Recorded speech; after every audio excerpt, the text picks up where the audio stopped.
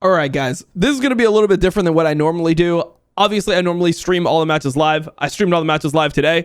But if you don't know how it works right now, I'm in Korea. And if you stream from Korea, you can't actually stream on Twitch because there's not servers here. So like you can't stream in 1080p unless you use like a VPN and stuff. Or you can't watch streams in 1080p and your VODs don't record. So normally you have to use a VPN.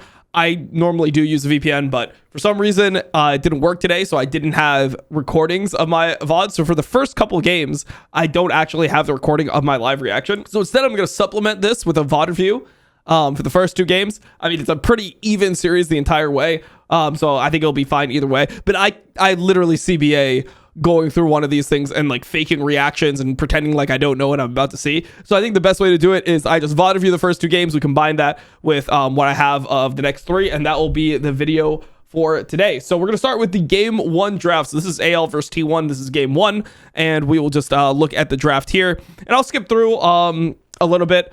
Throughout the series, we had Azir and Orianna banned. So you have an Azir ban here. And on the other side, T1 bans Orianna, Nico banned, and Bard banned. These are both carry bans, obviously, because he's really good on both champions. On the other side, Yunara was banned by T1, and Trundle was banned into Tarzan. So this was a little bit interesting to me. First pick Kiana. I thought that what AL was going to do is just first pick Wukong. Normally, Wukong has been super strong at this tournament. And in general, I expect most teams to first pick it because of the success of it. Also, champions that historically Wukong does bad into are not really being played early. We did see Tarzan play Maokai into it in game one versus CFO, but most of the time, teams are not going to play Maokai. They're not going to play Zyra. No one's really playing Lilia anymore. Like a lot of these champions are not as good anymore. So that means that Wukong is becoming a super strong first pick. The other reason why I thought that this was an interesting first pick is because T1 is not really known to play Kiana. Owner did play Kiana in the MKOI series, but generally this Kiana pick has been more of a LPL champion where people believe that LPL teams are pretty good at it. But Korean teams have struggled with Kiana, so they're starting to ban it more against each other, but it's really been the LPL teams that have dominated with it. In LPL playoffs, it was super high priority pick. In the LCK playoffs, it was high priority, and then everyone was losing on it. I think it actually didn't win a game like the entire playoffs, and then everyone just dropped it. Everyone didn't really play it anymore. So I thought that this was going to be a Wukong first pick instead of a Kiana, because I thought you could either, if you wanted like Kiana later on, I thought you'd be able to get it. And yeah, I thought that this was just like a little bit substandard. Faker goes for Talia. This is probably his best champion right now. I mean, he's doing super well on it. He played really well on it versus T1. I guess it's his best champion that he gets to play regularly. Azir is probably his best champion, but literally no one gives Faker Azir outside of MKOI because MKOI is European. Anyways, they go for the Sion and the Talia here. The Trundle ban is something that allows you to pick Sion. We've seen other teams like G2, for example, banning Sion, but this is another way you can do it, where if you want to pick Sion, you can ban Trundle, and then they have to choose between first picking Sion, and if they do that, then you can get really OP champions. You could get, like, for example, Kiana plus whatever your prio mid lane mages here, and that could be good overall. So this was followed up. This Sion Talia rotation was followed up by Rek'Sai Ryze. I found this to be pretty interesting because normally Ryze is not what people really like to pair with Kiana, and neither is Rek'Sai really. Rek'Sai is a champion that people like into Sion because after you get a few levels on the Rek'Sai, you can just push every single wave into the Sion. You could proxy, and Sion really can't do anything to stop you. So that's like why this Rek'Sai is picked, but it doesn't normally work with Kiana. Normally the comps that we see with Kiana are like Kiana Rumble. That's normally the preferred top laner because Kiana Rumble is just really good synergy. Kiana ult into Rumble ult, no counterplay. And then also Ryze is not normally the prio mid laner that you see with Kiana. Normally it's more like Aurora or Annie being picked. And I thought that here this would be a decent angle because normally when you pick things like Aurora Rumble, if you were to go this type of draft, what you're afraid of is them slamming a Galio on 3. But here, when they have both solo laners locked in, they don't have the ability to go Galio without doing something weird like flexing the Talia jungle or playing Galio support, which wouldn't be that much of a deal, that big of a deal.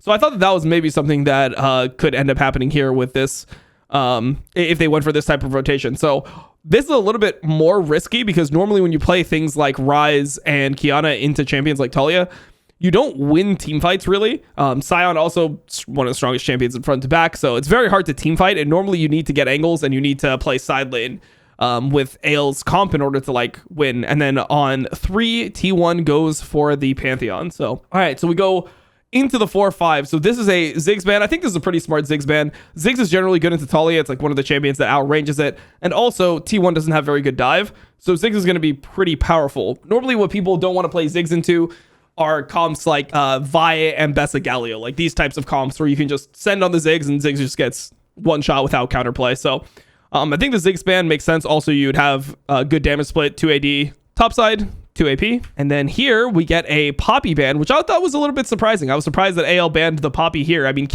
one of Keiria's best champions is Poppy, but I don't think that this is a game where you would care too much about Poppy. Like when you have Ryze, Qiyana, Talia, it's not really, Ryze, Qiyana, Rek'Sai, it's not really that OP to be playing Poppy in this type of game. So I was a little bit surprised by this one, but it's just banning Keiria's champs. And then here they go Alistar. So Alistar banned by T1 into Keria makes sense. But what I'm always really afraid of is in this type of situation, giving Keria a counter pick. It feels like there's almost nothing good that you could blind here without just getting punished. So normally when you see Keria in these types of spots, I feel like one of the best things you can do is just blind a really strong lane that there's not like counterplay to. So for example, things like Ezreal Karma, I think could work because at that point you have to get pretty freaky with the draft in order to answer it. You have to draft some type of enchanter, like some people draft Nami or Soraka, like these types of picks to lessen the effect of the karma, or you go things like Ashe Seraphine, like these types of combinations. But I thought that here, if you're going to play into this type of draft, you go Ezreal Karma if you want to win lane. If not, you pick something that can actually kill Sion. Obviously, this Kai'Sa hover, I think that probably would have been better. You could also just go like Kai'Sa Nautilus and just take the L in lane potentially. Maybe they go something like Renata, but you lane swap eventually and you're fine. Or you try to gank it early. But here AL went Braum, and I really didn't like the Braum pick. I just think Braum is a champion that it's good when the enemy team is forced to dive into you, but when I look at this comp, T1 is winning front to back, so I just feel like the Braum is going to be eating shit perma, and there's nothing that he can really do to answer what's happening to him, and his team doesn't really engage well. Also, when I think when you have Qiyana, I like seeing engage supports. Like I like Qiyana, Rumble, engage support. Like that is a much better draft in my opinion. So I was a little bit worried about this Braum pick here. And the other thing, and like this is something that obviously I know what they picked here, but this is something that I did say live. I was calling the Rakan pick live because Rakan is one of the standard counters to Braum. Like people like playing Rakan into any of the champions that are not going to mega abuse it, or any of the champions that don't have insanely brutal hard CC. So what people don't like playing Rakan into is Nautilus, but into Braum where it's very hard for you to actually get stunned by the Braum, or versus Alistar where even if you do get comboed, you won't get stunned by his E because you'll be able to dash away. People generally like playing the Rakan. So yeah, that was the draft for game one. So yeah, let's get into game. So game one, I probably do this without sound. It's probably better if I'm perma talking to just do it without sound. All right, so game one. Normally, when you see this type of draft, the main advantage that AL has is they have much stronger topside when it comes to fighting. So you see Qiyana pathing top, something that Qiyana players like to do. They also like to skip red here, or in this case, he ends up doing red. But even just doing your camps in this order, it allows you to go back and clear your bot side camps in case you want to buy a Dirk, or if you just want to buy a pickaxe longsword. It's a way that you can accelerate your clear. And Qiyana's main advantage over Pantheon is your clear. Pantheon's clear also got nerfed on this patch, and Owner's pathing bot. Also, Pantheon Talia is very nice combo. Doesn't really need to be mentioned, but Pantheon Talia is one of the combos, right? Any champion that has CC that sets up Talia combo is considered really good. Vi Talia, Pantheon Talia, people always love this. All right, so both people just did full clears. And here, Tarzan's crossing back to his Raptors because he started them. Same time, Pantheon is looking for a little gank, but Owner knows that there's not really a good angle here, so he decides against it. So at this point, there's not much happening in this game. Essentially, it's pretty good for AL that Rek'Sai is able to get this lead, and Rek'Sai is just, as you can see, he's perma-proxying, and Fondre has already got a plate. He's almost got 2 plates here, and this is how Rek'Sai needs to play, because if you just 50-50 farm with the Sion, Sion's essentially going to be a better frontliner. Then Qiyana here is not doing much. He's just going back to his Raptors. He wants to defend his own Raptors here. He doesn't actually want to gank mid. Just doesn't want to give his Raptors, and he's level 6 here, which is nice. Fondre's still just pushing. And he's just going to perma push, set up some tunnels so that he's able to move. Here he ends up warding the Krugs. And yeah, everything is fine for AL. So in this situation, AL is moving towards Grubs. I mean, they should be way stronger on Grubs in this type of game. Normally, Rakan is only good in grub fights if he's able to hit level 6, but if Rakan is not able to hit level 6, then it's just completely cooked. Champion is just nowhere close as good as a champion like Braum that can just tag a bunch of people and perma-stun people. Rakan really needs level 6 to be super effective. So this was good for AL. They get to take grubs, and as you can see, Rek'Sai is still like completely pushing top. He's making it really hard for the Sion to farm or like, you know, pretty much do anything within this lane. And AL here, because of the circumstance, they don't have TP on their top laner. Doran just based. He could technically run to Drake. They just end up giving it, even though it's on vision. Everything is super standard this game. Series started out pretty slow because obviously really high stakes series. People are a little bit nervous. But as you can see, like Rek'Sai is doing his job of getting that lead on the Sion. He's kept Sion under turret. He's been able to, just get 2 plates and a pretty sizable lead right now. I thought that this was pretty weird from Shanks. I mean, Shanks does some recalling here. TP's right on the turret. I mean, he didn't have to TP on the turret here. He could TP other places.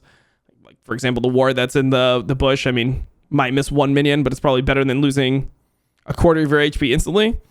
This is a kind of weird situation because Shanks is, even though he's on his Roa, he can't actually get away from his turret here. Yeah, he gets chunked again, and then he's forced to recall. So this is pretty good from T1. They try to threaten a dive.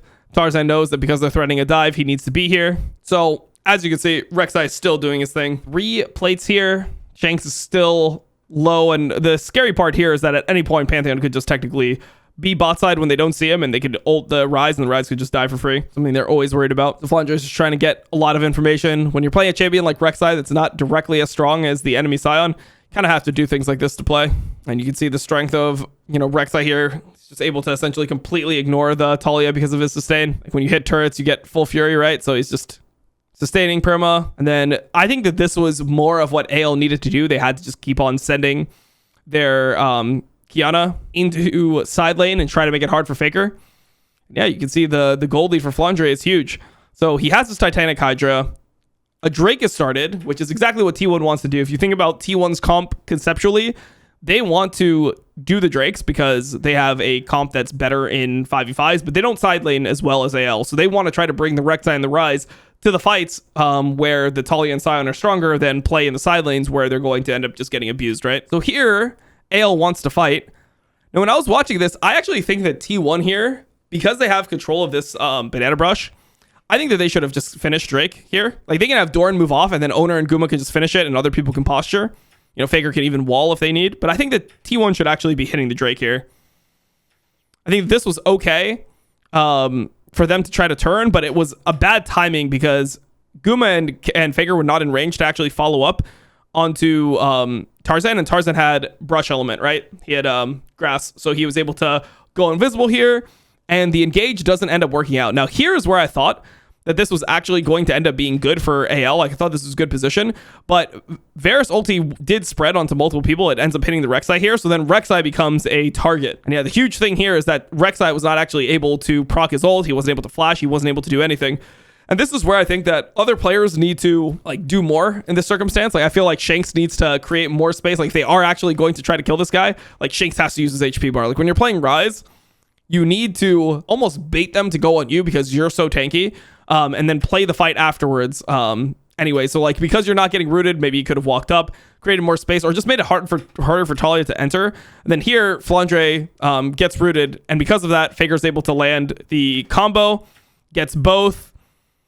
And this was huge because then Rakan can go afterwards, and they just end up one-shotting. Also, maybe Tarzan could have ulted earlier and saved it. But this was a tragedy for AL, because if you look at like this fight, going into the fight, they're in good situation, right? They're up 1.2k. They have a bit of a lead, and then losing this type of fight is really rough. So we can play out the rest of the fight. End up sending with Talia's wall. Pantheon kills the Kiana. Shanks gets one back. But I mean, at this point, Ezreal is just not going to do damage to a champion like Sion, so it's very hard for them to win the front to back. And Faker just ends up chasing down Shanks. Not much you can do there. So yeah, just better play from T1 in the front to back. But normally it's like you don't even want the fights to open up like this. If you look at how the fight opens up, a lot of times you want Rek'Sai to be like threatening backline, right? Like threatening like flash knock up.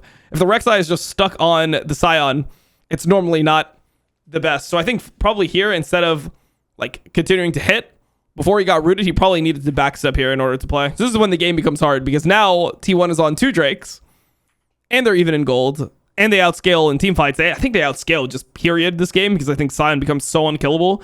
I mean, there's a reason why Sion is banned all the time, or why it's like picked game when fearless, and there's nothing you could play into it, besides for things like Rek'Sai, and then, you know, you got to do so much work in order to win. It's because this champion just becomes so unkillable for so many different champions that are picked right now, right? Like half the champions that are early picked, like for example, Corki or Ezreal or Varus. Varus is one that can actually kill Sion if you go on hit, but the champions just don't do much damage to a Sion compared to you know, other top laners that you'd have in the game. Sion just has too much HP. Free 764 HP from your W passive. Nice. This becomes pretty hard for AL. I mean, they want to be able to like play through their side lane more, but it's difficult. Like these are times where, I mean, what I think they should be looking to do is just kill Faker like the entire game with Qiyana, but it's very hard. And T1's hovering him well, but this was a good overstay from Flandre. He just brush camped here, and then everyone makes this play. Because if you think about what T1 is thinking here, T1 is thinking like, okay, Rek'Sai pushed, and then you saw him backing off, right? He pushed, and then you see him backing off here. They're thinking that Rek'Sai is going top to match Sion, because Rek'Sai is about to have TP, so Rek'Sai will have TP for when the next Drake spawns. And he's going to match the Sion, and then Ryze is going to come bot and match the Talia. But instead, what he ends up doing is he ends up pretending like he's basing. Hold on, let me turn off annotations. He pretends like he's basing, and then he sits in the brush. So now, even though top is completely open, Faker feels confident to push this wave, and then Rek'Sai just flashes on him, and Faker gets one shot because he has no flash. That's pretty good, smart play. Now here, I feel like Sion should have died as well. I think Flandre should have walked in front of this. Like, somebody should just walk in front of him so he can't ult. Flandre was trying to just knock him up, but he ends up walking past and ulting. He had no flash. I think this is probably another kill. Guma was far, Carry was far. Owner wouldn't be able to do anything to defend him. I mean, also they have like Qiyana ult and stuff. So I think this guy was dead, but Doran ends up living, which is nice. I mean, if both soul lanes die here, this could have been a catastrophe for T1. So decent play by AL. I mean, they're coming back into the game. They're up 1.5k, but like we said, their comp is worse in 5v5. They are looking like they will have to 5v5 because there's multiple Drakes on the side of T1. This is absolutely psychotic from Hope. Like, I thought that if Qiyana was here, maybe they would try to catch Carrot together, but they have no, like, I mean, they have no info really on where the Pantheon is. I mean, also Pantheon and Talia just have ult. I mean, actually, I think they do have info, but it doesn't matter. Pantheon and Talia have ult. They can instantly be here at any point. And Hope just shifts in melee range to the Rakan. They instantly snap. Carrier's like, holy fuck, this guy is inting. Instantly snaps. KO dies. Hope has a flashback. Cleanses. Doesn't do anything. Dies as well. And then here, this is pretty base from Tarzan, I think. Like, he just goes in. He chunks them really hard. And he's just buying time and buying space for his boys. Letting Shanks hit. And they finally get an opportunity for Exit to TP. And this becomes playable. This actually becomes playable, even though it looked completely doomed. Here, Doran went in. He has flash. Flandre's trying to deal some damage. Yeah, people on T1 get out, but it's kind of a salvage play, which what looked like completely in from AL ended up being okay here. Let's keep it moving. This is nice, right? Because they're able to chunk people and get Guma's flash, they're able to get ults, and Pantheon is dead, they're able to get Otacon, so really big play. A decent result, I should say. All right, and this is back to the Drake. This is back where AL's comp is not that good. This is where they're trying to find angles. And you can see the Drake is low. They're looking pressured. They're chasing. I mean, their comp looks so bad in this type of like standoff, right? And AL just ends up having to give the Drake. So go through the game. I mean, T1, they just want to wait for Soul. They don't want to do anything around Baron, really. I mean, one of the downsides of having this type of comp is you don't have the most insane Baron damage. Like, Lethality Varus isn't the best at killing Baron, but it's not that bad. I mean, you reset your spells. It used to be a lot worse with old Lethality Varus. You see Drake is spawning in 1 minute. And here is where AL is trying to make a stand. They're trying to get into the river first.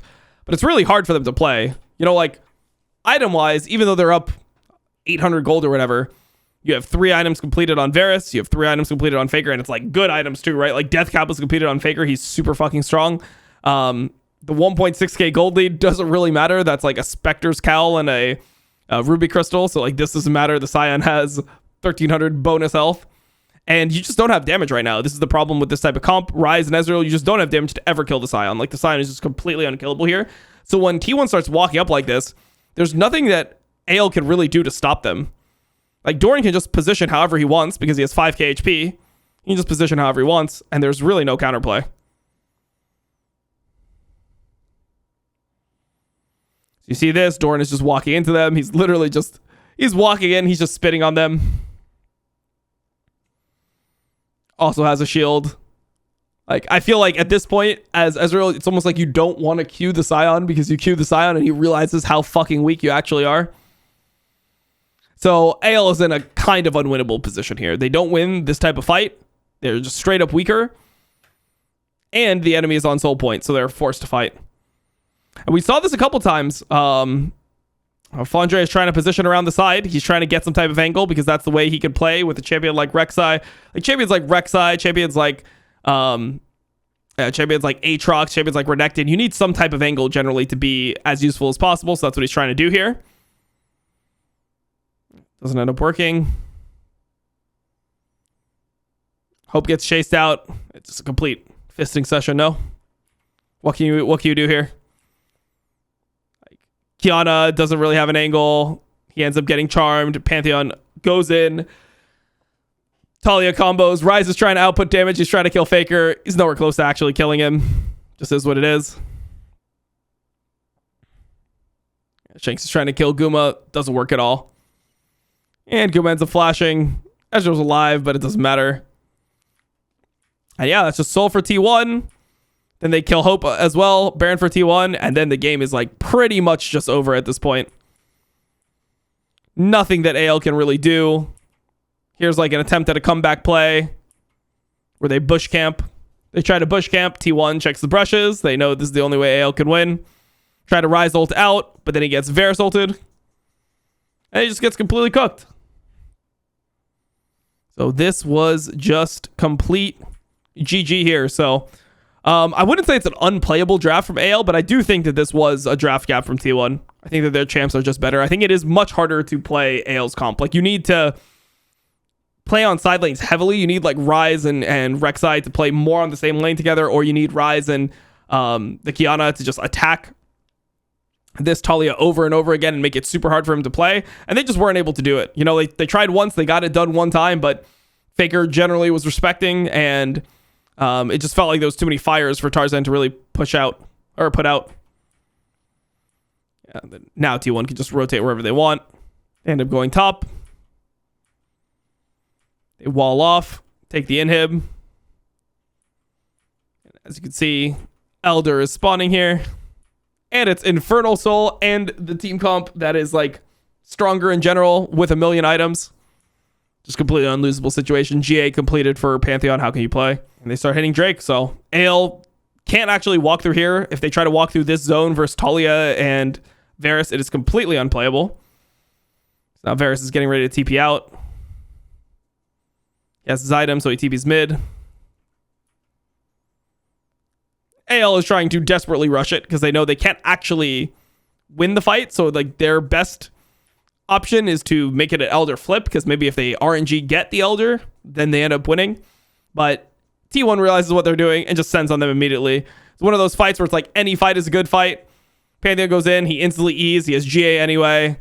Hope can't kill everyone, can't kill anyone. Ryze can't kill anyone either. Yeah. And this was just a complete stomp. So even though it's a 35-minute game, felt like T1 had control pretty much the entire time. It never really felt like AL was going to win. So yeah, let's go into game 2. All right, so game 2, Fearless. So you have all the series bans in the middle. You have the bans on both sides. So you have Bard and Azir and Nico banned again for AL. T1 here is not going to ban Trundle because obviously the Scion was picked in game 1, so you don't want to ban Trundle. to enable a Scion, because Scion doesn't matter, and Trundle is not that OP unless you are playing into a tank. So T1 here, they end up going for the Alistar ban, and I thought that this was a little bit interesting from AL. At this point, I thought that they were going to go the first pick Wukong, but in reality, they ended up going the first pick Poppy, and this is just a carrier denial. I mean, one of the things that you have to consider when you play against T1 is carrier's champion pool. That's why you see the Bard and the Nico here. A lot of other teams, you will never see Bard banned versus other teams this early. The reason for that is because obviously no one plays it as well as carrier. And then here for AL, they end up going for the Poppy, which is normally just a support, right? Like the support Poppy is really the only thing that is not giga nerfed. Poppy Top got nerfed a bunch of times, over last year. Ended up falling out of favor. Pretty much right now, it's only used as a Cassante counter in some situations. And then in game 2, you normally will not end up playing something like Poppy Jungle. Poppy Jungle can be picked more in later games, but Poppy is not very strong after they nerf the monster damage. So in game 2, you normally don't want to be going a Poppy Jungle until you see a lot of other champs. So T1 right off the bat thinks that this is just a support Poppy, and they're so confident that it's a support Poppy that they end up locking in Nautilus right off the bat, which is kind of an interesting pick here. It's not really a big carrier champion. He doesn't love playing Nautilus. He's always been better at other champions that have more outplay potential. It feels like Nautilus is something that is almost like, what's the best way to say it? It's almost restrictive in how little you can do different than other champions, and that's not normally what carrier is amazing at. I was surprised by this because I thought that in this situation, what T1 was going to do is they're going to try to drop support pick till R5, or at least when AL has revealed that it's 100% a Poppy pick, and then they were going to hard counter pick the Poppy with something that is mega abusive. So, for example, some type of range champion normally completely fists Poppy. If you go Lulu or Karma and it's a good situation for any of these champs, it's normally extremely difficult to play a champion like Poppy. So this was surprising that they dropped the Nautilus considering that it's carrier, but it's a fine pick. It's not a bad pick. It's just not something that I think fits T1 super well. And here, T1 actually takes Xin Zhao instead of taking the Wukong, which is also surprising because Wukong is a champion that in game 1 is normally like B1, right? So AL comes through with the Wukong and Sivir. So Sivir makes a lot of sense here. When T1 has shown that they're not going to have easy ways to disengage with this type of draft, they snap lock the Sivir because they are saying, hey, we have Wukong, we have Sivir. You can pair a bunch of different mid laners, a bunch of different top laners with this type of identity, pretty much anything that can go in. And it's very hard for T1 to draft in a way where you're not going to be able to just run them over. They've already committed to a aggressive identity here in their 1-2. So T1 answers here with a Rumble, which is interesting. As soon as this happened on stream, I said they got to ban Orin. Everyone knows Orin is a good champion into Rumble. The other champion that people like playing into Rumble is Galio top. But there's a lot of stuff you can play into Rumble outside of that. You can play things like Aatrox. You can play lanes like Mbessa. You could play Cassante if you really want to play Cassante. You can even play things like Jace if you really want to. Like, you do have options when you play into a champion like Rumble. Rumble's just blinded is because it's pretty much good into anything. Even your really bad matchups you can farm, right? So, all right. So Rumble locked in. Corki ban into Guma. Aurora ban into Shanks. And a Jhin ban into Guma because Jhin pairs really well with Rumble. Just super long range. You drop Rumble ult on them and then Jhin follows up and it's very hard to deal with. So this was interesting. The Draven pick in game 2 for Guma. Now, Draven is a champion that's really good in general into Sivir and Poppy. I mean, this should be a complete stomp lane, but Draven's a very fragile champion. You have one bad thing happen to you in the game, and in a competitive game, normally it's completely over. When they see the Draven here, and there's no protection for the Draven, AL just locks in Galio and Bessa. I thought that top 8 completely cooked here. I just feel like it's very hard to draft anything now, R5, to deal with this. Your comp doesn't have any real peel. And AL has Engage that is just impossible to deal with, right? It's like Mbessa Galio has been a combo pretty much the entire year because it's very simple how it works. It's kind of like Camille Galio, where the Mbessa just ults in, you teleport to the back of their team, and you drop Galio ult on top of the Mbessa, and there's really not much counterplay for the enemy team. Very, very difficult for the enemy team to do anything unless they have very specific champions like Bard, for example, where you can Bard ult on top of like where the Mbessa is and you buy yourself time. Yeah, so I really like this identity from AL. And this was the surprise pick of the draft. Faker locks in Anivia in game 2. Now, I thought this was a terrible Anivia spot on stream. I know a lot of people disagreed with me. A lot of my chat actually really likes Anivia, but I only like Anivia when you're playing into things like that need to just run at you, like the stupid champions is what I call them. Like the dumb champions that just have to walk at you, like Udyr, or, you know, the enemy team comp doesn't have the ability to jump over the wall and get to you, because I feel like a comp with Ambessa, Wukong, Galio, it's so easy for them to get on top of the Anivia, and it's very hard for Anivia to actually peel that type of stuff, compared to like if you're peeling a Mundo and you just put a wall, or an Olaf and you put a wall in front of them, and it's like, okay, well, now they just can't play the game. You know, Wukong can flash E over the wall and just like get in there, and then Ambessa follows it up and you just get one shot. Or you can have, you know, people come from angles, and it's very hard for you to maintain your structure. So I think AL had a really good draft here. Because I simply just don't think the carries should be able to easily survive all the engage that comes out of AL. Sivir ults, and then you have a Wukong running at you a million miles an hour, a Ambessa flying at you across the screen, and then Galio teleporting from the sky on top of your faces. So how can you really play? Okay, so game starts. We get some normal trading in bot. Obviously, T1 is playing really aggressively here. And then this was actually super smart by Tarzan. So if you see what Tarzan's doing, he is doing his raptors. He knows his raptors are warded, and he's making it look like he's just doing his raptors, and he's going to end up going towards topside. So he pulls him to the bush, and he knows that the ward is revealing that he's in the bush, but they think, T1 thinks that Tarzan just pulled the raptors to the bush and is walking topside to wolves, and instead he walks all the way bot, and he is trying to gank this Draven that has no barrier, because he knows the Draven wants to play really aggressively in lane. Boom, Kayle drops his Q, Guma flashes in, and then Guma tries to kill Poppy, but he doesn't actually have the range and doesn't end up killing the Poppy. So Keria loses flash, Draven doesn't get a cash in, loses his flash, and Hope gets a kill. It is a complete disaster for T1, and super good pathing from Tarzan. So really well played by him. Here I thought Shanks could potentially die. I think if Owner really wants to kill him, he can just W flash and just like he'll be able to like E auto Q and Shanks will die. But he didn't exactly know where Poppy is, and if he does that and Poppy is right there, Poppy will stun him into the wall, and then he will just end up getting fucked. So decides to play it safe. They get Galio's flash. See, Hope is still not CSing super well in the lane. Not the easiest lane for him anyway, but he got a kill, so he's chilling. And he's got a cull, so he's extra chilling. And then here, T1 goes for a dive on Flandre. Yeah, Rumble can win the early lane against Ambessa, but the thing about Ambessa is that once Ambessa gets eclipsed, you start essentially out trading everything. So T1 is trying to make it way harder to get for the Ambessa to get this eclipse, and that's why they're going for this type of dive. So let's see this type of dive. The Owner, he stacks 2 Qs off the minions, goes for Q3, and they just dive him. This was pretty close here. It's good that Flandre turn gets this auto off. It ends up being 1-for-1, so it is still good for T1, but it's not horrible for Flandre. Like, he was still able to actually get a kill. He's just losing part of the wave top. So, yep, he's losing part of the wave top. Doran doesn't really want to TP here, and Flandre knows this. So Flandre has to TP, or else his wave is going to, keep pushing out, and he's going to lose a lot of minions. So he pushes that wave, and then now he's on this next wave.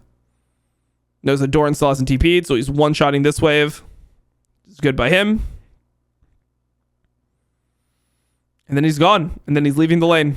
All right, so here you can see Flandre looking mid. I thought this was a very smart gank from Flandre. Like, most top laners don't have the experience, and like they don't see angles like this in game, and this is why I really respect Flandre, is because he does stuff like this. He's the type of player where he will see something like this where he got dove and he's looking for the opening. He's like, okay, because I got dove, I pushed a wave out, and because I pushed a wave out, now I have a timer to look for something on the map. Faker walks up, and Bess ulted, Galio ults instantly on top. Faker tries to flash, he's not out of range, and they just murder him. And he gets the kill too. So great from Flandre. And the best part about this is that he did this, and he didn't end up missing really anything top. He missed like 2 minions top. Okay, he missed 3 melees. Actually, he might have got experience there. Yeah, he got experience. So he missed 3 melees worth of gold, 2 melees worth of experience. And he's top, and he gets to get all the range minions. So not bad from Flandre. I thought this was really good by him. And you can kind of see there when I'm talking about like the Anivia not really being able to counterplay Mbessa ult at all, right? Like Mbessa ults you, and then what the fuck do you do? Like, what do you do? Like, it's so hard to, I mean, you just have to flash it, right? Like, sure, Faker should have flashed it, but it doesn't feel good. So now AL does their lane assignments, and they end up putting the Galio bot into Rumble. So kind of similar to how when a Galio is top lane, they'll match the Rumble. Galio is now matching the Rumble because he's pretty happy here, being able to sit with the Rumble and then, you know, be able to join team fights potentially with his ult once he gets it up. All right, so it ends up just being a simple trade of objectives. Poppy is covering top while Wukong is doing Drake. Sivir is also here. Yeah, it's a pretty simple trade of objectives. So normally there's not much that will happen at this point.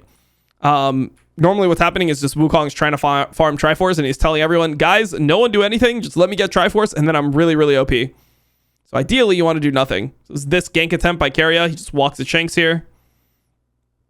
And here I was like, man, Shanks should just flash. There he tries to proc Phase Rush. And then Guma flashes to try to redirect his ulti onto Shanks, which would have been a huge cash-in, but doesn't end up getting it here. That right there would have been huge. Because right now, I mean, you're not really happy in this Draven game, right? Like, you're playing Draven versus Sivir, and the Sivir is 300 gold ahead of you at 10 minutes. It's a nightmare scenario for a Draven. AL is just chilling. Triforce completed. Drake is coming up, and this is where normally AL would want to play with their Wukong. Pretty fucking strong. Also, I think AL outscales this game. I think once Sivir gets items in this game, it is completely cooked for T1. I mean, Anivia would have to make a miracle here. Now, this is interesting. So Flandre kind of messes up here, and Doran tries to kill him. Flandre dashes through the ulti, but actually, even without this magic damage shield, it looked like Flandre was going to kill Doran because Doran was like overcommitted. I mean, that's just a classic Doran play, you know, like this is just what Doran does. And this is a big mistake. This is a huge mistake, by the way, by Mbessa. He just recalls blatantly on vision, and Guma sees it, and Guma has a lot of stacks, and look at Guma's gold right now. He's down 1k gold. This hits, boom. And now he's only down 103. So Draven is back in the game. He was giga behind because call was completed, and you know, Sivir was doing whatever he wanted. And now he is completely back in the game. So because Galio and Mbessa used ultis top, and Mbessa ended up dying, then AL cannot contest this Drake. But they're actually trying to contest 3v4 in this bush because they have Poppy to ult people out. They are just fighting 3v4. They have Mbessa TP once Mbessa spawns. Galio also has TP in like 20 seconds, but it's not going to matter. There you see the Rumble TP behind. Yeah, Tarzan is just going. Tarzan goes in. He's on to Faker. And you can see it's like very hard for Faker to play, man. Like when you're a Nivea and you get jumped on by a Wukong, it is very difficult for you to do anything. And also, one of the things that sucks about champions like Wukong into Anivia is that Wukong just cancels the Anivia ulti very easily. And this was a complete disaster for T1. I mean, not only do they, you know, die and they lose flash on Guma, Guma dies too. And Owner's running, but he's not able to, yeah, I mean, he has to just like flash out. So you lose turret, which means you lose feats, you lose the fight, you lose your Gromp, and now you're just down 2k gold into the comp that I think scales. And look at Tabe, bro. Tabe's going off.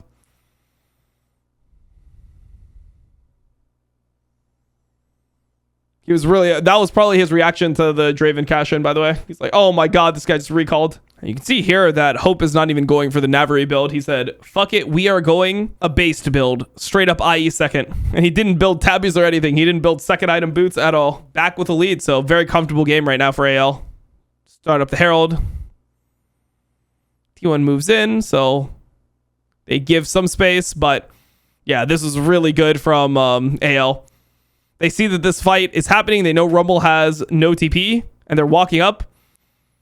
So they TP behind. AL just gets an engage. You have Kale go in, get the knock up. Poppy goes in as well. Draven dies. He's no flash. Luckily for Keria, he ends up flashing and getting the blast cone. But yeah, I mean, this is almost a mega disaster. Still really bad for T1 overall. Guma dies again. They're just losing waves mid, so Faker has to TP here. So Faker TPs, but they are obviously going to lose Herald. At the same time, Mbessa starts hitting top, so here's the replay. Just a good engage from Kale. Exhausts the Draven. Lets the boys get in. And yeah, that's that. At this point, I thought the game was completely over. Okay.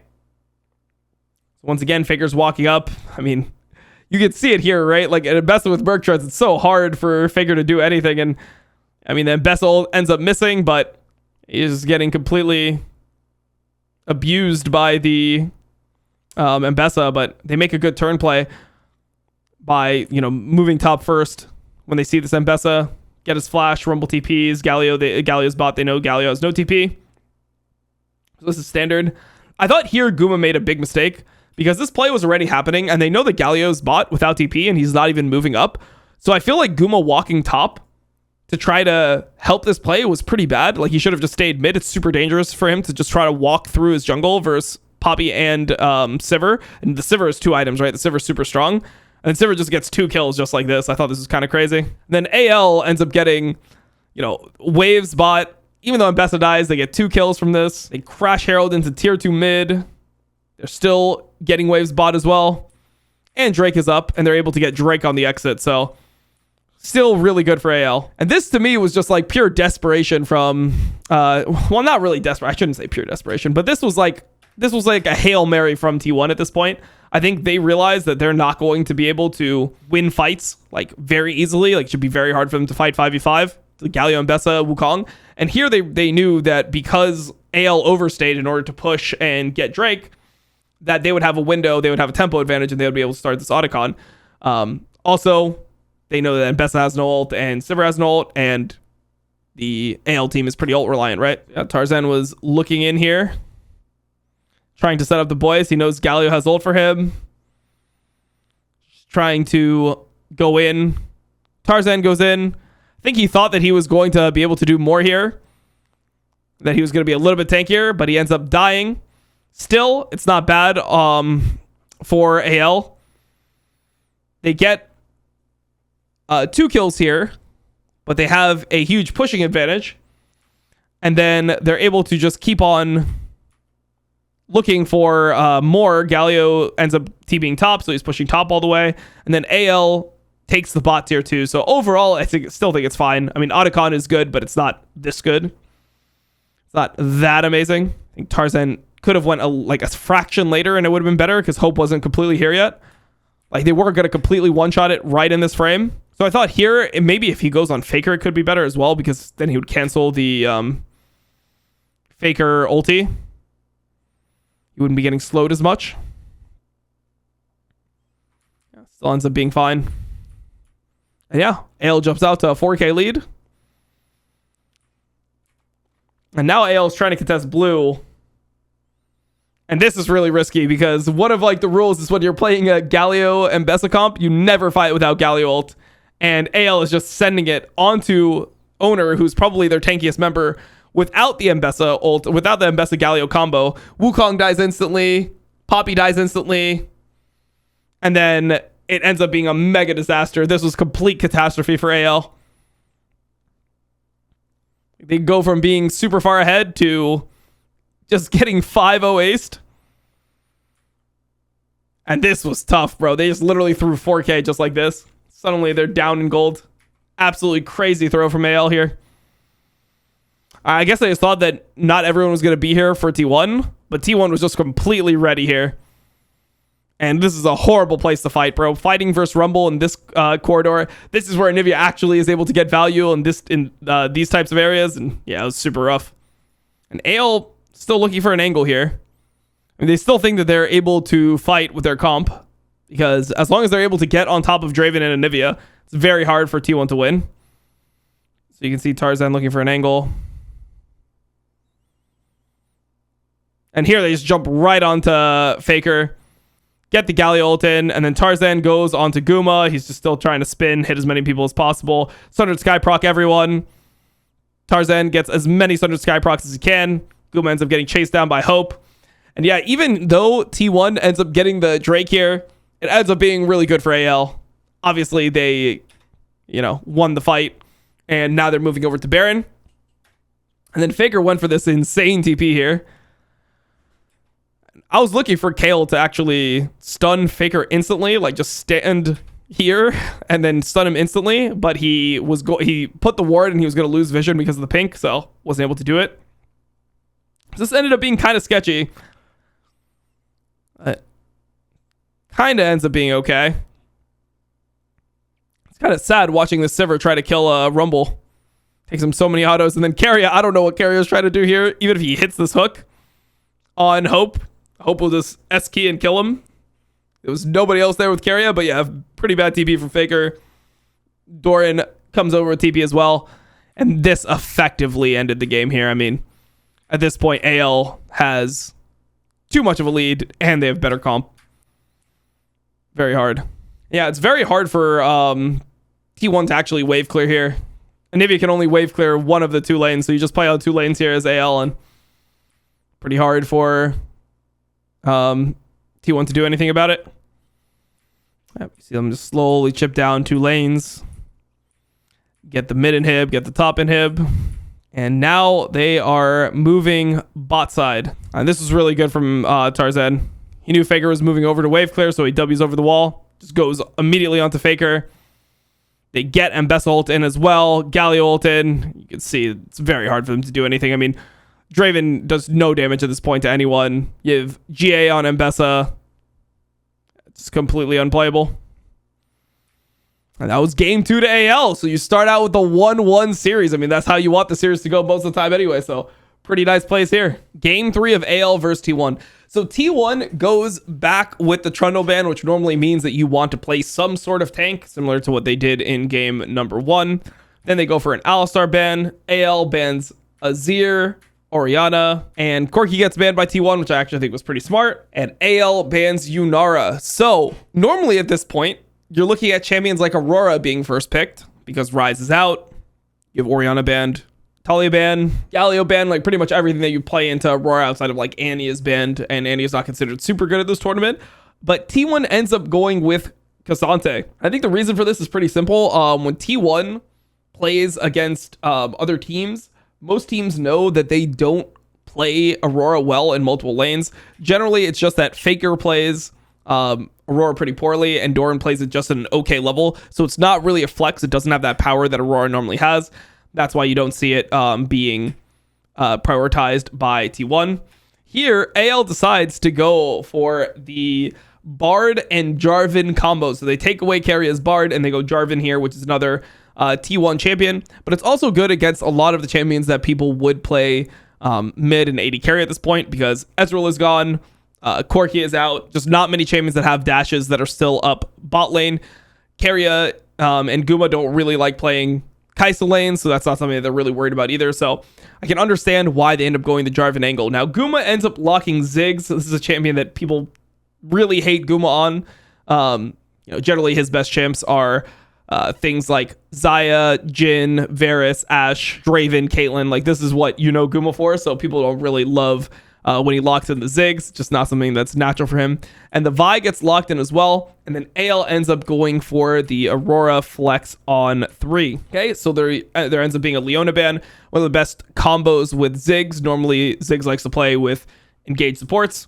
Makes it very easy to CC them and hit spells. So yep, there's this. And then you have Pyke and Cassio banned and Kai'Sa banned as well. So Hope has couple things to choose from. I thought he was actually going to go MF in this game, which I don't think would have been great, but a lot of people like playing MF into Ziggs because when Ziggs goes mid and starts trying to push you out and bomb the wave, you don't really care if he hits you with any bombs because you can lifesteal it off with BT. But you end up going, AL ends up going for the Jhin instead, and that kind of combos better with the long range engage of the comp that they have right now with Aurora, Jarvan, Bartle. Jhin can follow this stuff up and be useful. Also, Jhin is fine lane into Ziggs. So this was pretty interesting from Keria. He decides to go for the Blitzcrank here. Like, I don't think Blitzcrank was a super good pick in this game. It's fine in lane into a Bard and a Jhin, but it's not a great pick generally with a Ziggs. Like, it's very hard for you to one-shot somebody who gets hooked. So it's not a super common pick. And then here, T1 ends up going for the Sylas mid. Now, the Sylas mid is just okay, I would say, in this game. It's like okay to kind of poor. It's not as bad as the Silas mid from Caps, where there was literally no reason to play it. But here, you don't have great ults. Like, there's pretty much nothing that you really want to steal on Silas here. You can steal Aurora ult, but it's not amazing. You know, it's not the same level as Alistar ult or Gnar ult or, you know, Hecarim ult. Like, all the big ones that people really like. Ariel, whatever. And then on 5 here, this was pretty smart from AL because they have the magic damage of the Aurora top. They end up going for Yone instead. So Yone ends up going mid into the Silas, which is normally a pretty good game for Yone. I mean, when you look at this draft, there's nothing that does a lot of consistent damage here. So that means that the Yone just isn't going to be threatened that much throughout the game. It's going to be very hard to kill this Yone in the later stages of this game. So really good pick, I think, from Tabe and AL here. All right, so let's get into the game itself. By the way, this is about where we started recording the stream. So do a little bit of VOD review for the first 15 minutes, and then we'll jump into the live reaction of the game itself. So not much going on. Some hooks land, but it's very hard for these hooks to be super meaningful. This was a misplay from Kale. He ended up getting hooked and then satcheled into turret. In the live stream, I was like, the only way you can die is if you get hooked and satcheled into turret. And it literally happened right after. I was like, God damn it, bro. I caster cursed the fuck out of this guy. Shanks got chunked because of some level 1 shenanigans. So not super easy for him to play his lane. Not as easy as it normally would be for a Yone. Normally, this is just a okay lane for Aurora. You just push. You push perma, and then eventually this guy becomes unkillable. So here, Owner was looking for Q. Tarzan EQs in. Bard is looking as well. Nothing really happens. Everyone ends up dipping. And T1 goes in with a lane swap. They go with the lane swap, which I'm not sure if this really does anything for the game. Like, I don't really like the lane swap here because the issue with the lane swap is that once you send the Cassante bot, there's nothing you can really get top, and there's no way you can really dive the Aurora, and you're probably just going to lose Drake for free because there's no way for you to contest it when your Ziggs is topside and you have like a Cassante here that's getting just pushed under turret 2v1. Don't really love it.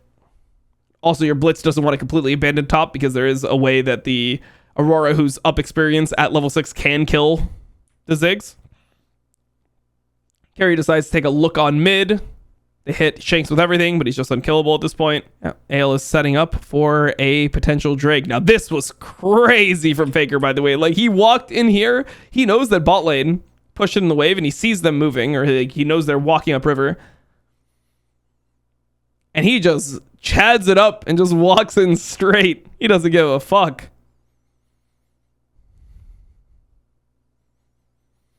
And Owner ends up getting punished for Faker's sins. I mean, obviously, Owner could have flashed the Yone ult, but this was not a good play from Faker, obviously.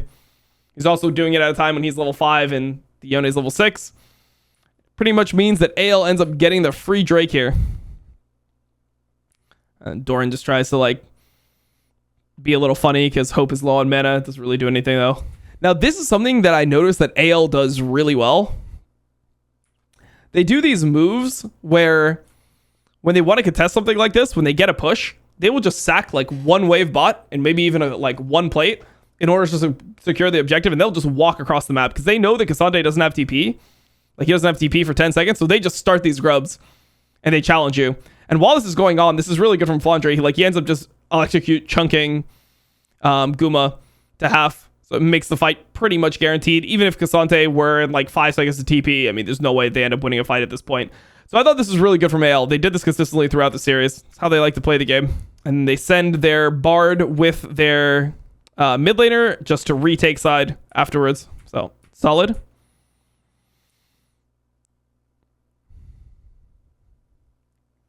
And Hope is doing the thing that every AD carry does. Owner ended up missing his Q flash here. It doesn't even matter. Gets satcheled. And Hope ends up dying and losing barrier. Pretty tough for Hope. Right now, normally is where your mid laner, your Yone, is just trying to farm Blade. You just try to let him farm Blade, and that's it. Yeah, here's where T1 tries the Drake. Okay, Flandre TB's behind. And this was a situation where if you look at items, it's like T1 has completed item in jungle, which Tarzan has as well. Then you look, Faker has Proto Belt, which is much cheaper than Blade the Ruined King. So Yone does not have Blade here. And then you have 1 item completed for Guma, and you have no item completed for Jin. So it's generally pretty hard to take a fight like this. And what T1 does here really well is when they see this TP behind them, they just instantly go forward. They know that this TP, like Flandre will never actually be able to connect to fight here. And they just instantly answer. They TP here themselves, and they just instantly go forward. And even though Bard ult is good at counterplaying the Vi ult, it still doesn't really do anything in this situation because Flandre is essentially not part of the fight at all. I thought there was an angle for maybe Flandre to go take a different location. Like maybe Flandre I thought could go towards the Vi as well, but didn't end up working. And here I actually got mind gamed because Shanks ulted, but for some reason it showed that he didn't ult.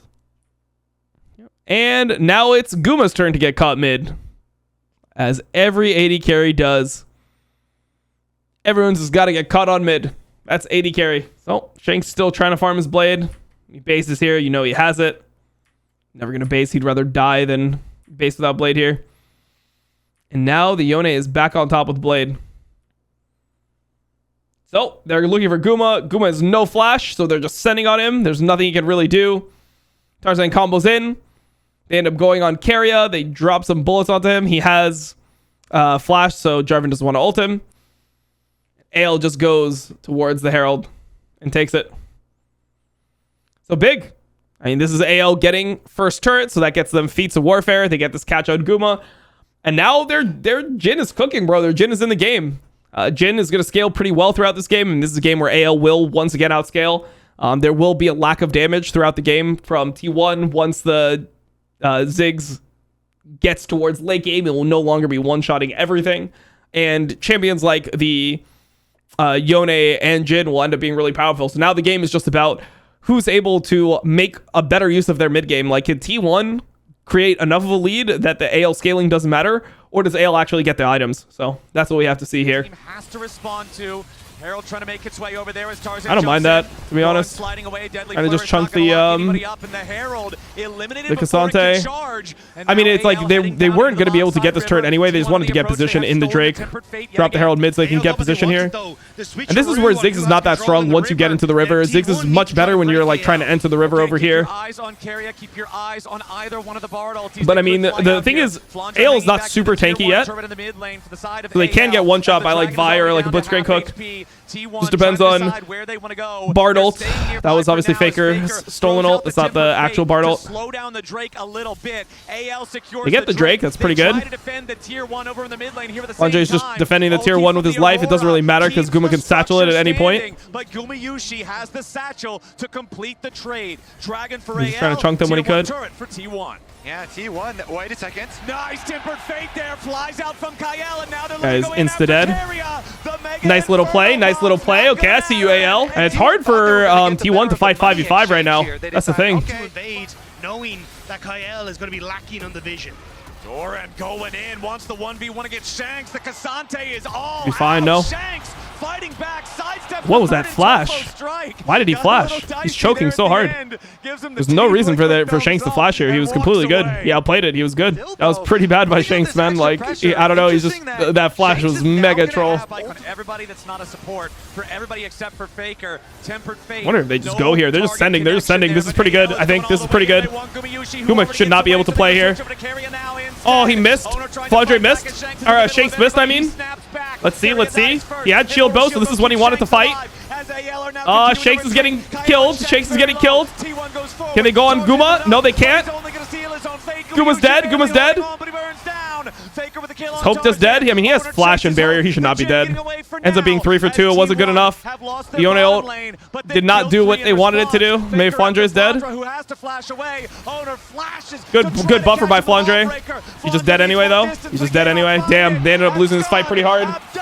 That's 4 kills, 4 for 1, or 4 for 2 technically. They're gonna lose Otacon. Can they still contest Drake after? I mean, if Ale gets the Drake here, they're actually not in a horrible spot.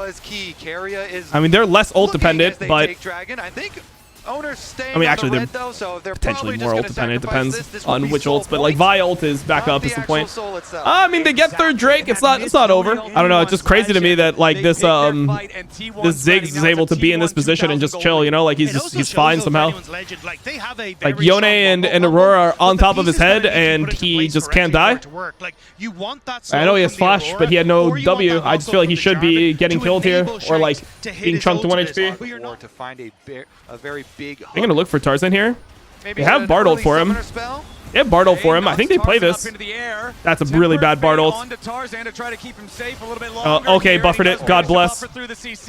Now Flandra putting some pain onto the T1 lines. It might be cooked. It's Owner going in. It might be mega cooked. They beat him down. I don't know, bro. It's really just about like can this Yone and Aurora do their job of assassinating the Ziggs Could have just escaped because KL had bought enough in the fight? for the Demacian standard to be used to escape. Because right now the problem is that like also they should have had this different. They should have had Jin being on mid. He's looking to clear this wave and reset as well. After shooting that stolen Jin ulti back at home. He have flash? He has no flash. That's why they're looking, but it's nothing. They might try to go Baron, but it seems weird. They just get control maybe one time. Soul's in 150 for AL. They can try to use that as leverage. Yeah, I don't know. It's like they haven't threatened the Ziggs the way the Ziggs should be threatened here. They see everyone going for Faker here. They can still go. They should just go all the way, I think. When the soul fight is coming, but if Faker can't get away, this could be very problematic. Oh, oh man, what the fuck? The Bard ult, was that really good? Oh no. Let's see what happens. He Bard ults himself. They have to try to peel the Cassante, I think. Oh, it's looking kind of cooked. Hope is just getting 1v1 by Doran. Can he kill Doran? Okay, wait, hold on. Faker's dead. Can they help? Can they help their fucking AD carry at all? Tarzan's trying to do Tarzan's making a movie. Tarzan's making a movie. Okay. Is Guma dead? Can they kill Guma? Bro, fuck it, bro. Just no, that could have been Baron. Or that could have been Soul, I mean. Owner wants another. Flandra needs to get away, and he hops between. Oh, nice move. Chase him down. Can they kill this guy, please? Can they kill this guy, please? If they kill this guy, they can maybe get Soul. If they kill this guy, they can maybe get Soul. There we go. Okay, base and go Soul. Hold on. Maybe AL just did it. I don't know about the Bard ult there. I didn't really like the Bard ult, but it ended up working out somehow. I feel like you just stun him, and then you root him, and then you just hit him, and you force him to Bard ult. I don't know why they Bard ulted here. I feel like this was troll. But Vi and Ziggs take so long to get here that you end up in a then Hope is just getting completely fisted by Doran. There's no counterplay. Is what it is, though. Hope stays alive for so long, dodging away from Doran, that they manage to make a play. And then here, Tarzan flashing away, keeping himself alive. Tarzan did he tried to make a bit of a movie here. And here he got fisted. Oh man, if they get Soul, it's so fucking big for the game. They're gonna get it too. They're gonna get it. They're gonna get Soul here. They're giving Soul? Please don't steal it. Please don't steal it. Please don't steal it. Oh. And this is like, bro, if they can get like to next item, it'd be so big for AL. If they can get to their next item, which is like GA on Shanks, GA on Tarzan, and Hope gets IE, it would be so insane for the game. Yep, but they are not back. KL's just walking in. Kyle fires out the tempered fate, but he won't find it. Okay, carry a flash and didn't hit anyone. Oh, if that root landed, it would have been huge. Still big. Now as the tier 1 turret also dies here in the mid lane. That's all 3 outer turrets. Oh, if that hit, it would have been massive. AL going to be happy about that as they continue. Okay. Wait, not that third. Carrying no flash now, though. Didn't actually die. Flandra had to back off before. We're trying to go onto Owner. Oh, wait, Owner's getting kind of cooked here a bit. It's a really good spot to fight in. Really good location. Faker is doing some magic. Okay. Close, but I mean, still, it's not the worst. They're gonna go and they're gonna start hitting. They can maybe one-shot this. They stall the Baron. They get you off. They can maybe one-shot this. Get the mid tower now. They need Shanks damage on it though. Like Shanks is the one that actually kills this. Oh my god, he's getting stopped. They gotta be careful. They gotta be careful. They're just fighting. They're just fighting. They're going on carry. Carry no flash. Oh, big ulti for Shanks. Vi ulted him. He can take his E back. Is Guma dead? Tarzan's got Guma. Huge. Faker. Ah, they missed. It's fine. Go on, Doran. All right. Okay, big. Okay, you took the cone in the wrong direction. That is massive. That is so big for AL, bro. That's so big. And now they're going to get GAs here. They should get a GA for Shanks and a, I mean, they probably don't have GA on Shanks, but they probably have GA on Tarzan. They should have at least GA on Tarzan. I can't imagine him not having GA. And the gold lead now back under the command of AL. Let him know, Kale. Let him know. Let him know that's your crab. That's your crab. That's your crab. Yeah, you got crabs. You got crabs. Who got crabs? Oh, they're playing. They're playing this. They're playing this. They didn't base. Oh, owner thought they based, but they didn't base. But Flandra's getting one shot. He's shut down already. Okay, I mean, it's fine. It's fine. It's fine. You have smite now and they don't. For Elder. He still wants the base because he has GA. There's still no GA for Shanks. Or they're giving this for Shanks because they think because Shanks is GA now. This is huge for this is massive for AL now. Now they should be able to win Elder. Yeah, now there's no GA on the side of owner. I mean, he's dead, right? But there's two GAs on the side of AL, so AL's super happy to play here. And it's like T1 kind of have to fight. Oh, the Bard ult. Oh, the Bard ult kind of canceled him. Oh, yeah, the Bard ult. No. Ah! Okay, they got it. They got it.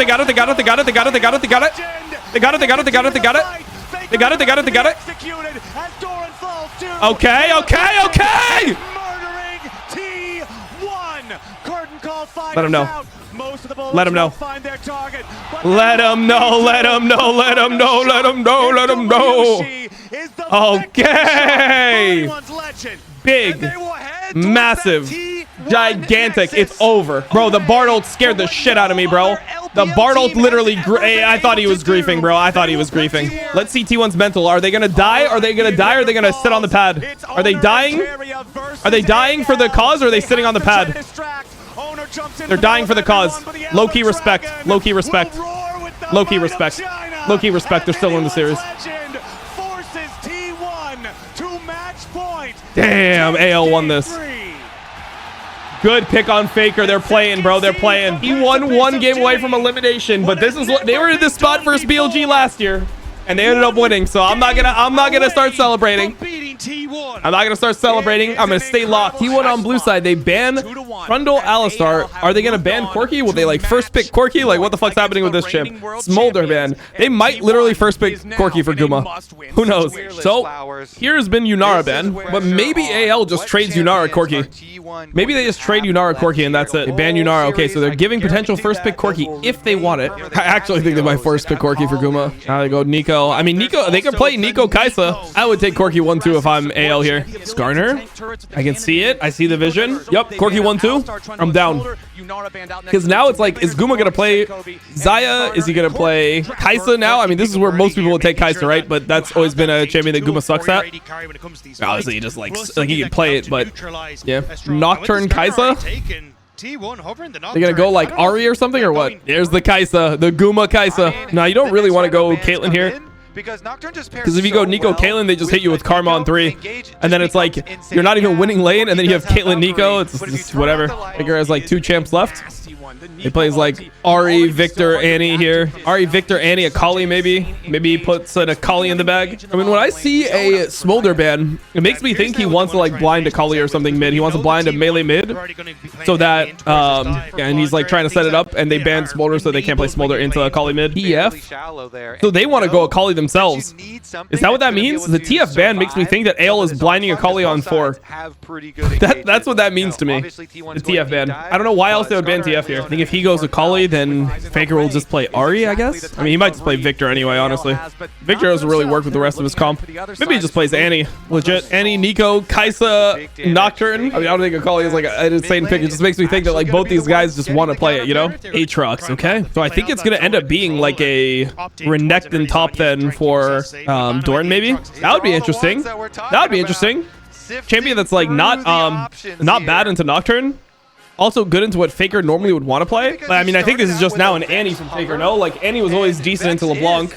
Annie Nocturne? I feel like it's an Annie now. Is he really going to go Victor with Nico, Kaisa, Nocturne? Wow, he went Victor anyway, okay. And then what is Doran going to play? Ooh.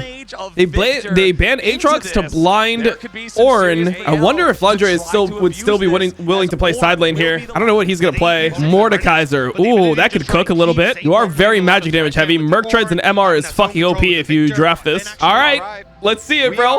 Let's see it. Oh, let's hope this Mordekaiser fucking works. I'm kind of scared for the draft, but I don't know, bro. It is what it is. Guma Kaisa pack it up. I don't know, bro. I feel like this is actually not a bad Kaisa game at all. I feel like I don't know.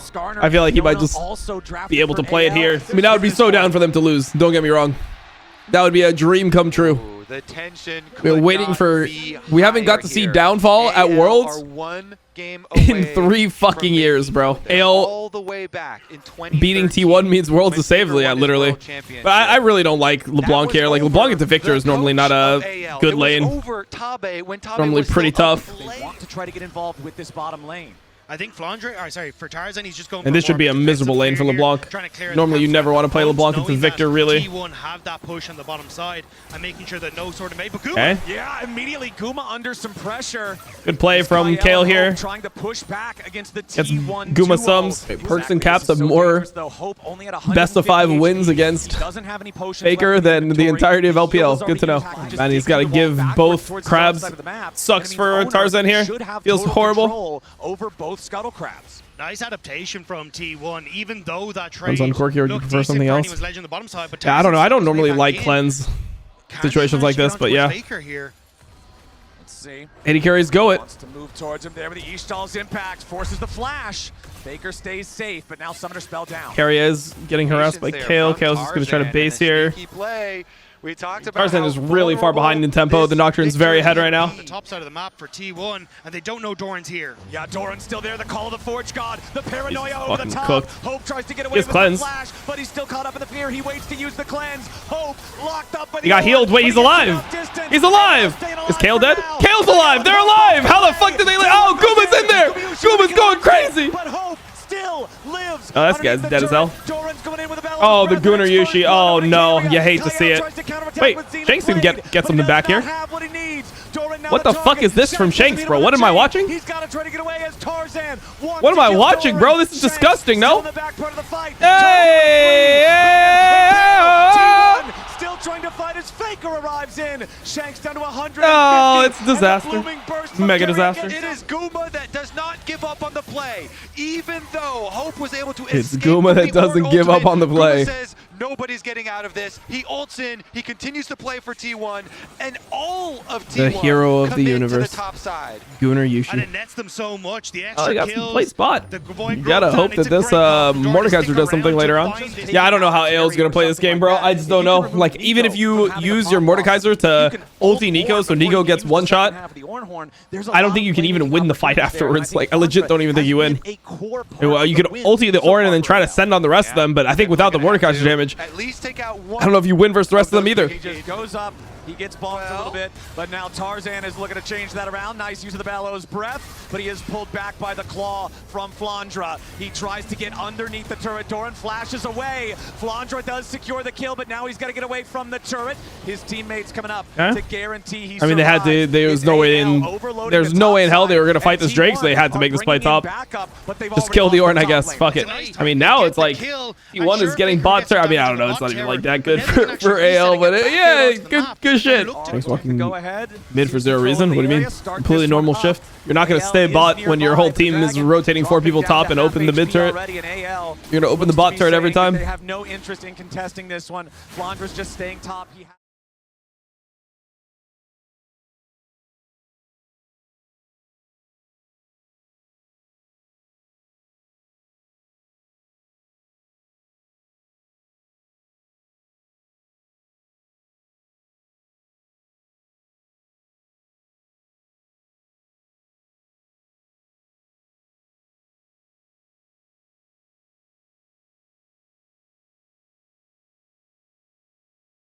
Skarner, Leona, Corky, and then you have 2 magic damage dealing chairs. So you have like, so you have a team comp where if the enemy team builds Merc Treads, you have to forfeit the game. I don't know about that. Don't know about that. Ale is leaving Azir up, by the way. Yeah, I mean, I think that they leave Azir up and they play Azir maybe.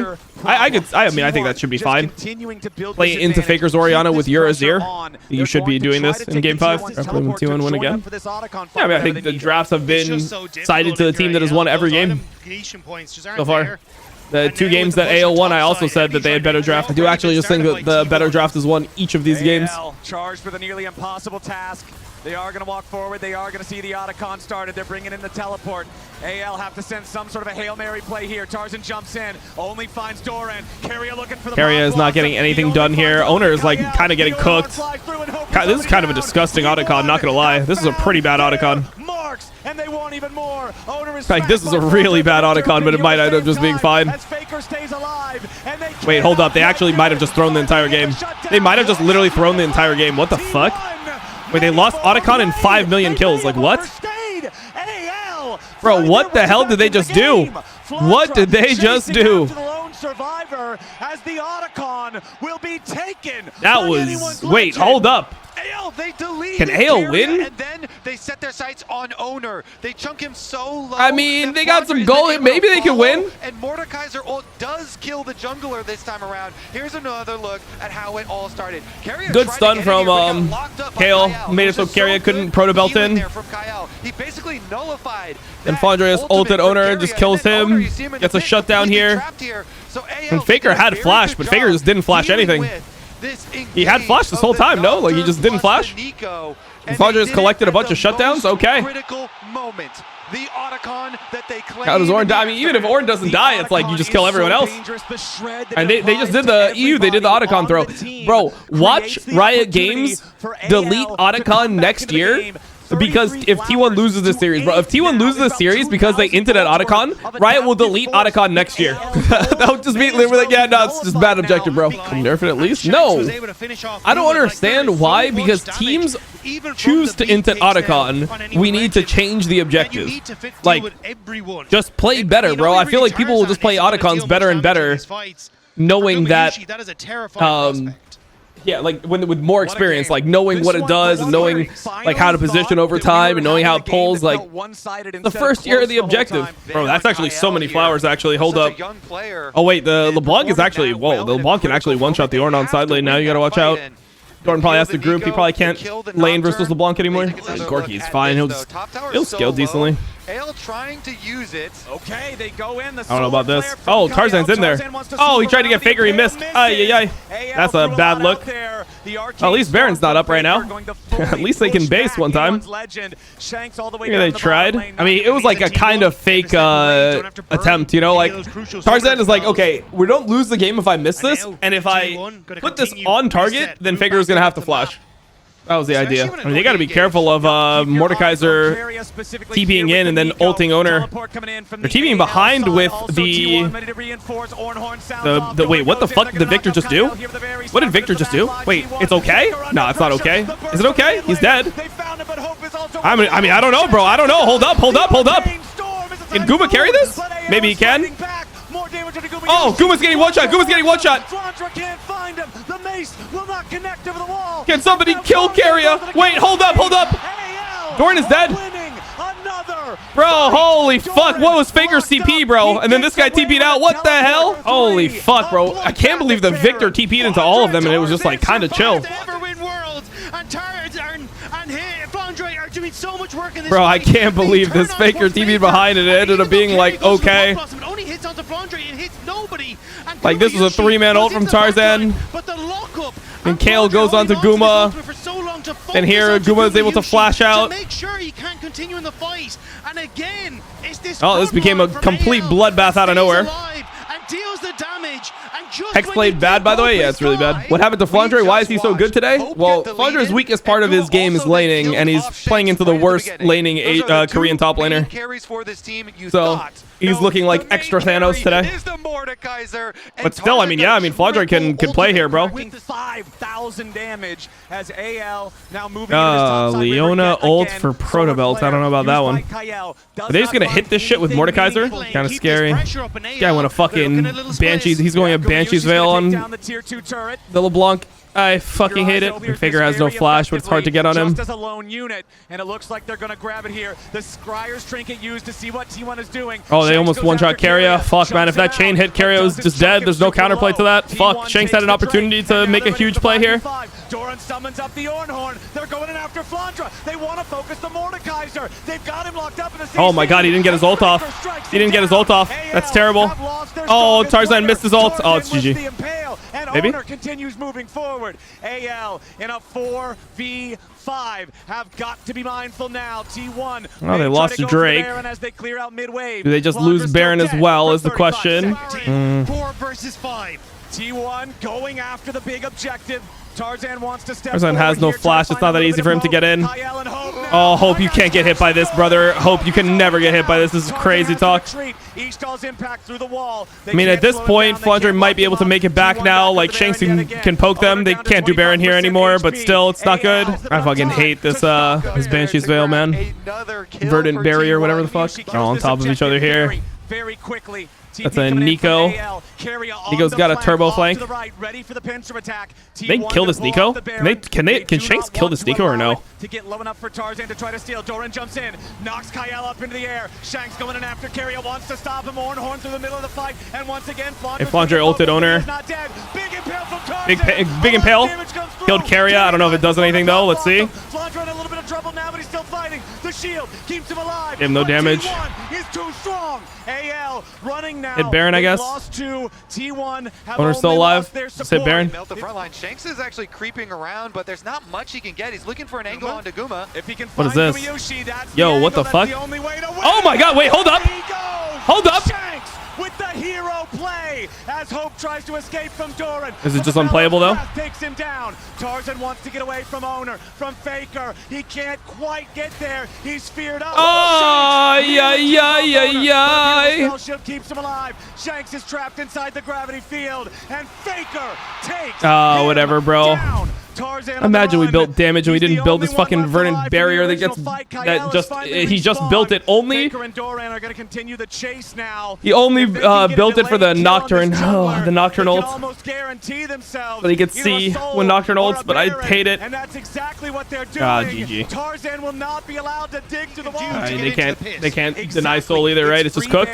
For the side of T1, it's still 10 and Tarzan's still dead for 13 seconds, so I don't know how they can fight the soul. Or he does 0 damage. I mean, he just completely ran it down, bro. Like he has shield bow now. Like he has no damage. He didn't build any damage, so he doesn't do any damage. Has to spell victory, and that's exactly Mountain Soul. It's over. I feel like T1 made this game way harder than it needed to be, though. I felt like their game was so free.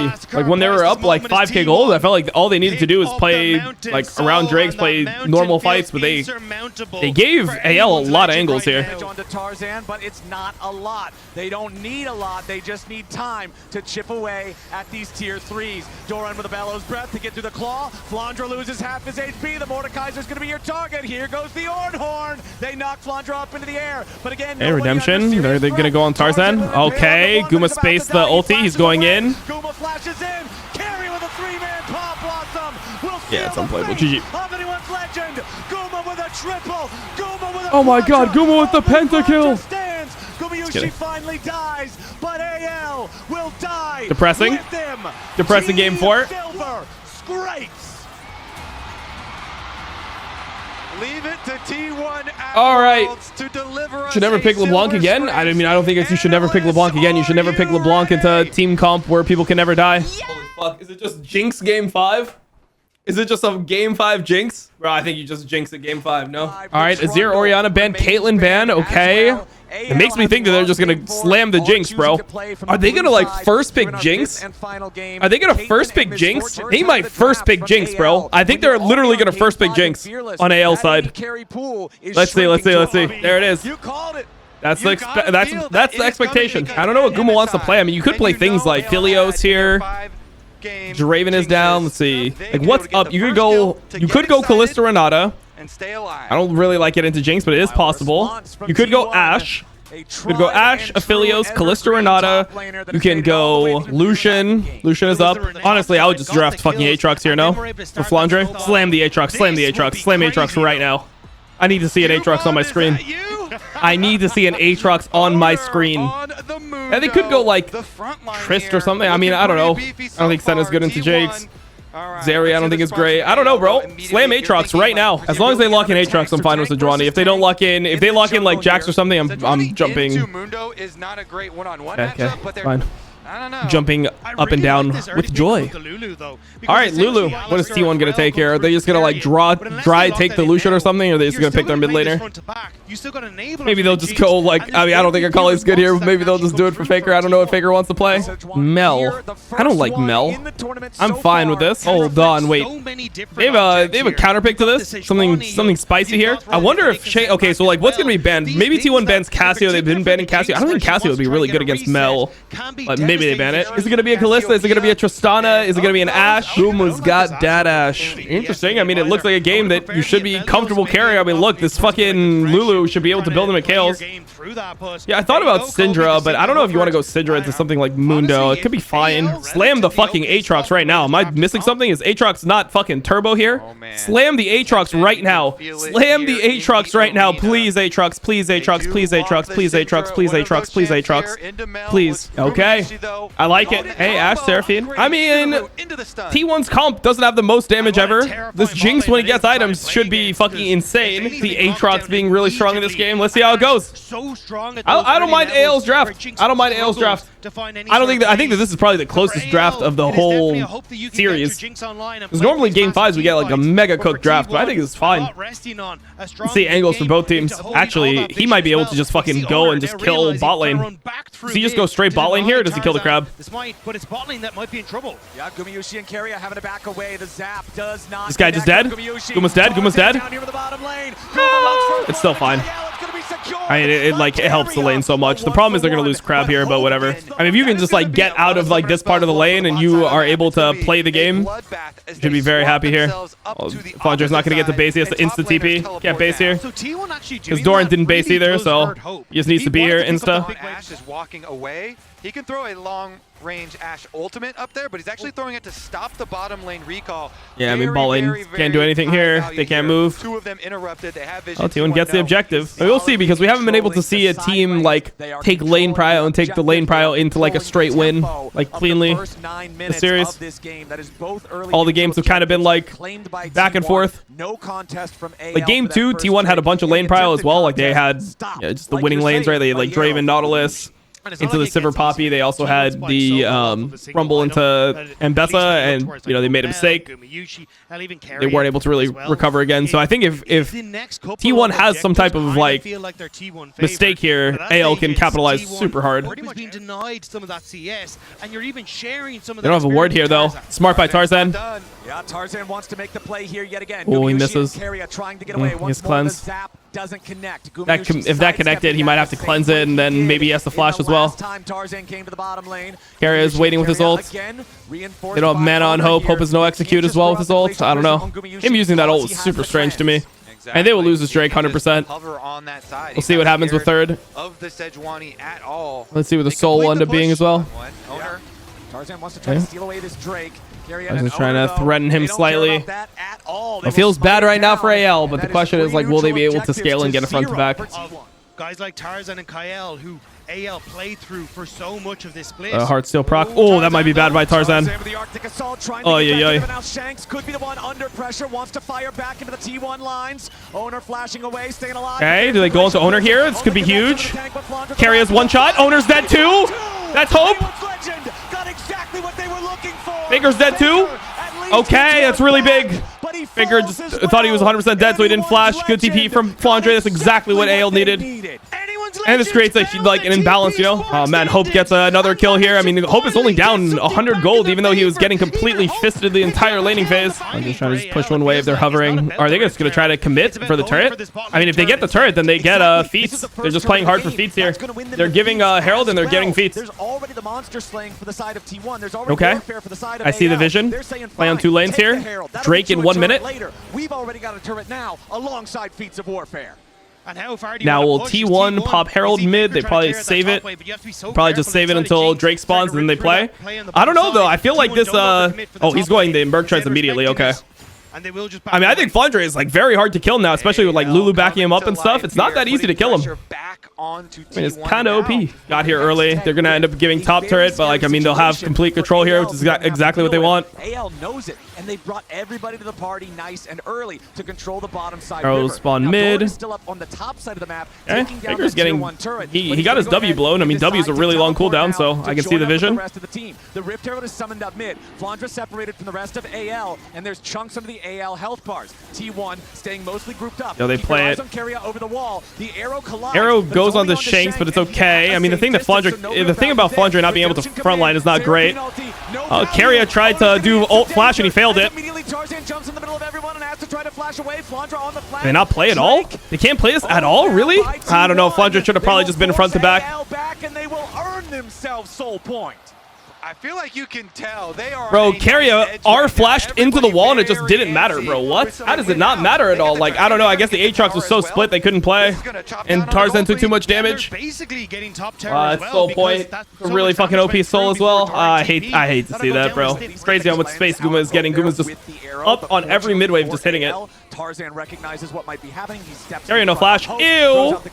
No flash on Keria, though. Keria was going to be the potential target. Chompers are used. Owner with the flash over the wall, trying to stay alive. Scout of the week from Shanks does find the Mundo. Bro, why did we not? An awful lot. Hoping about 1/3 HP. Flandre got canceled here as well. Flandre got canceled. Oh, it feels too tense, bro. Redemption for AL. Heals up Kyle and Hope. Pings coming out from T1 towards that top side. Looking. Are they going Otacon now or what? Hey, Doran. Fuck, bro. Soul fighting 145.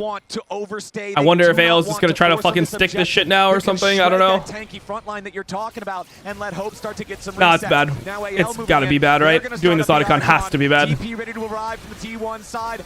not a throw at Otacon moment? Is this not a we are throwing the game at Otacon moment? What is Tarzan doing? Tarzan got payment received. Payment received. Oh wait, hold on. Aatrox. Jinx. But where's the rest of the fight? Keria tries to get away. Guma Yushi right beside him. Flandre here in the front line. Owner. Kill Owner. Okay. Oh, he killed, bro. He had enough stacks for that. Takes him out. Hope, Shanks, and Kyle trying to get away. Guma, Keria, and Shanks are stepping forward. The Otacon, it's impatient, but it's so close to death. Himself. Mel wins those every time. I can't believe what this series is Bro, turning into. I cannot believe that Flandre died to this ulti from Mel. How many stacks did he have on him? Faker must have hit like every Q on him or some shit.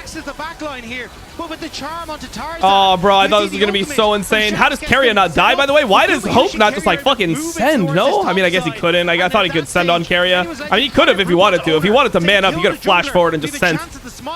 But Faker gets the kill onto Flandre, and then the follow-up. Oh, Jesus. Oh, Jesus, guys. Oh, Jesus. It's happening again. It happens every year. It's happening again. Soul for T1. Soul is up for T1. Wait a second. Faker draws the dragon out. Does Flandre have... he has no DP. Is like there's no way for him to get a Sterax before this. Guma has no flash, though. There is flash on Hope. He's just trying to get an angle into this bush. They have to play, no? They have to just fucking walk forward and put a pink in this bush or what? Yeah, they have to start hitting. Guma has no flash and he's just like walking up. Guy's playing with so much ego. It's so annoying. I mean, AL needs to get a pink ward here. That it? I don't know if that's it. That should be okay. Oh, yeah. Let it reset or what? Aatrox used ult, though. Flandra's world ender is about to expire. Doran still here in the front line. Hit for the Q1 of Flandra. Owner at about half HP. Shanks looking for a little bit more. Dragon at 2K. Glacial Prison. They didn't get it. GG. They lost soul. They lost soul.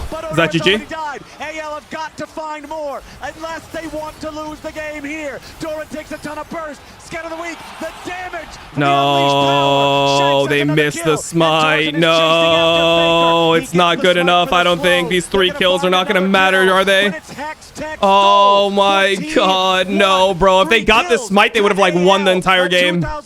Like getting this smite would have been huge, but losing this smite is like, I think it's still win. It's not over, but like Jesus, it's gonna be hard. If they got this, bro, if they won this 50-50, they actually just win the whole game, I think. If they won that, an enemy team doesn't get soul, and they're able to get this, like, And you can see there, 3K gold lead, they would just win the entire game. See if they can find those picks, see if they can play off a vision. That's some damage onto Owner. Yeah, they're going to commit onto the Doctor. They got him. They one-shot him. Shanks has killed him. Owner is dead. You want to talk about clutch moments? There you go. Tarzan and Flandra. They'll flash on Faker. They'll flash on Faker. Can they kill him? So much damage from AL. Faker Can they kill him? Can they get Baron? Can they get Baron? That's huge. Legend. 2 huge kills.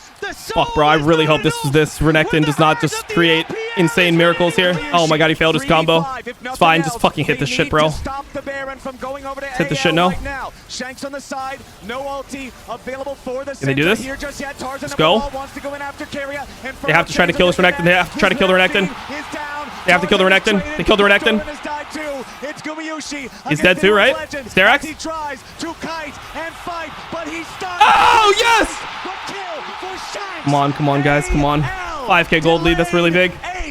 Oh, yeah, bro. If they got that one spike, the game was over, It's bro. almost 5,000. T1, they stopped the Baron, Oh though, my critically. god, if they AL got just this one deletes smite, the Dr. game was Mundo. fucking over, bro. Holy shit. Yeah, you can give Hex Soul because Sejuani with passes immune to slows. It makes sense. As T1 I see the angle. will strut into the bot side river. Shanks taking the Hex Gate, making sure he doesn't get It's really caught annoying, out. no? They have to walk Does all the not way want to try to around. Stay there and look for a pincer that could get him caught.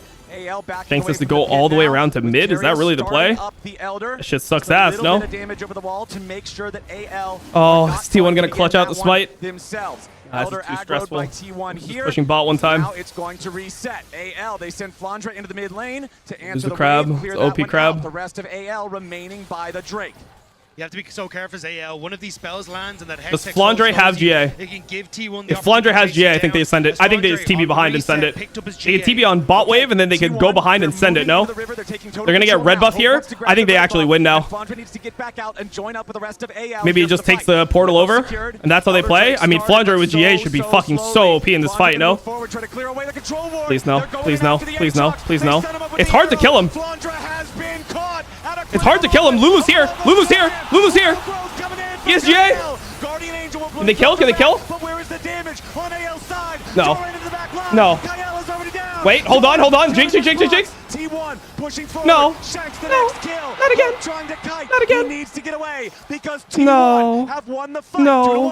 2-1. They have TP, they have TP, they have TP. They're running to their TP. It's too hard though, no? It's too hard though, no? They just lose. Okay, T1. They just lose, They no? gotta understand this. Aatrox is probably their target. Flandra arrives. Solar Wait, hold on, Snare hold on, hold on. up. Jinx reset. Jinx reset. Jinx reset. Excited. Flandra's got the kill. Solar Snare on Hope, but it's not going to do anymore. Flandra's going to try to get away. Goes back in here for the Q1. Tarzan wants to engage on Naguma Yushi, but he cannot find him. Flandra over the wall. Wants Faker. Can't get the damage. Hope can't do it either. No!